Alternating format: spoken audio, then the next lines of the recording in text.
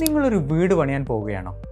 ഈ ഒരു 5 കാര്യങ്ങൾ അറിയാതെ നിങ്ങൾ വീട് പണി തുടങ്ങിയാൽ നിങ്ങൾക്ക് ലക്ഷങ്ങളുടെ നഷ്ടവും പിന്നെ ഒരു തലവേദനയായി മാറാൻ ചാൻസസ് ഉണ്ട്. ആ കാര്യങ്ങൾ ഏതൊക്കെയാണെന്ന് നമുക്ക് നോക്കാം. ഒന്നാമത്തേത്, നിങ്ങളുടെ സ്ഥലത്തെക്കുറിച്ച് നന്നായിട്ട് ഡീറ്റെയിൽ ആയിട്ട് പഠിക്കുക എന്നുള്ളതാണ്. നമ്മളൊരു സ്ഥലം ഒരു വീട് പണിക്ക് ചൂസ് ചെയ്ത് കഴിഞ്ഞാൽ അവിടെ നമ്മൾ നോക്കേണ്ട കാര്യങ്ങളുണ്ട്. ഒന്ന്, wind direction, sun direction, access, അതുപോലെ തന്നെ സോയിൽ കണ്ടീഷൻസ്, വെജിറ്റേഷൻസ്. ഈ കാര്യങ്ങളെല്ലാം നമ്മൾ തീർച്ചയായിട്ടും പഠിക്കേണ്ട ഒന്നാണ്. രണ്ടാമത്തേത്, നിങ്ങളുടെ ബഡ്ജറ്റിനെ കുറിച്ച് ഒരു ധാരണ ഉണ്ടായിരിക്കുക എന്നുള്ളതാണ്. പലപ്പോഴും പലരും പ്ലാൻ വരച്ച് കഴിഞ്ഞതിന് ശേഷം അല്ലെങ്കിൽ ഡിസൈൻ കഴിഞ്ഞതിന് ശേഷമാണ് ബഡ്ജറ്റിനെ കുറിച്ച് ചിന്തിക്കുക. ശരിക്കും അങ്ങനെയല്ല വേണ്ടത്. നമ്മളൊരു ബഡ്ജറ്റ് വെച്ച് നമ്മുടെ ബഡ്ജറ്റിനനുസരിച്ചുള്ള രീതിയിൽ ഡിസൈൻ ചെയ്ത് കാര്യങ്ങളെല്ലാം ചെയ്ത് മുന്നോട്ട് പോവുകയാണ് വേണ്ടത്.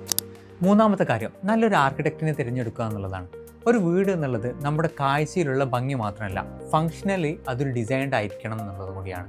നല്ലൊരു ആർക്കിടെക്റ്റിനെ ചൂസ് ചെയ്ത് കഴിഞ്ഞാൽ ഫങ്ഷണലി നല്ല വായു സഞ്ചാരവും അല്ലെങ്കിൽ നല്ല ലൈറ്റ്സിങ്ങും കാര്യങ്ങളെല്ലാം ഉൾപ്പെടുത്തിയിട്ടുള്ള ഒരു ഡിസൈനിൽ അപ്രോച്ചിലോട്ട് നമുക്ക് പോകാൻ കഴിയും. നാലാമത്തെ കാര്യം, നമ്മുടെ ഫ്യൂച്ചർ എക്സ്പാൻഷൻ, ഭാവിയെക്കുറിച്ച് അല്ലെങ്കിൽ എന്താണ് ഫ്യൂച്ചറിൽ നമുക്ക് ചെയ്യാം എന്നുള്ളതിനെ കുറിച്ചൊരു പ്ലാനിങ് ഉണ്ടായിരിക്കുന്നുള്ള.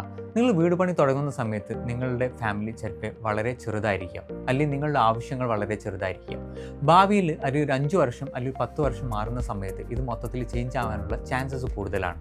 അപ്പോൾ അതിനനുസരിച്ചുള്ള ഫ്യൂച്ചർ പ്ലാനിങ് കൂടി നമ്മൾ വീട് പണി തുടങ്ങാം. അഞ്ചാമത്തത്, മെറ്റീരിയൽ ക്വാളിറ്റിയാണ്. നിങ്ങൾ വീട് പണിയുന്ന സമയത്ത് നല്ല ക്വാളിറ്റിയുള്ള മെറ്റീരിയൽസ് തന്നെ ചൂസ് ചെയ്യുക.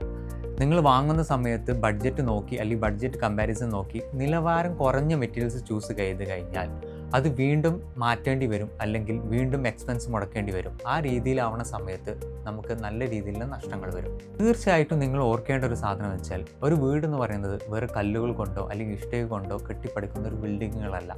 അതിന് നല്ല രീതിയിലുള്ള വിൻഡ് ഡയറക്ഷനും സൺ പാത്തും ലൈറ്റും കാര്യങ്ങളും എല്ലാം ഫങ്ഷൻസും പ്രോപ്പർ ആകുമ്പോഴാണ് ഒരു പ്രോപ്പർ വീട് ഉണ്ടാകുന്നത്.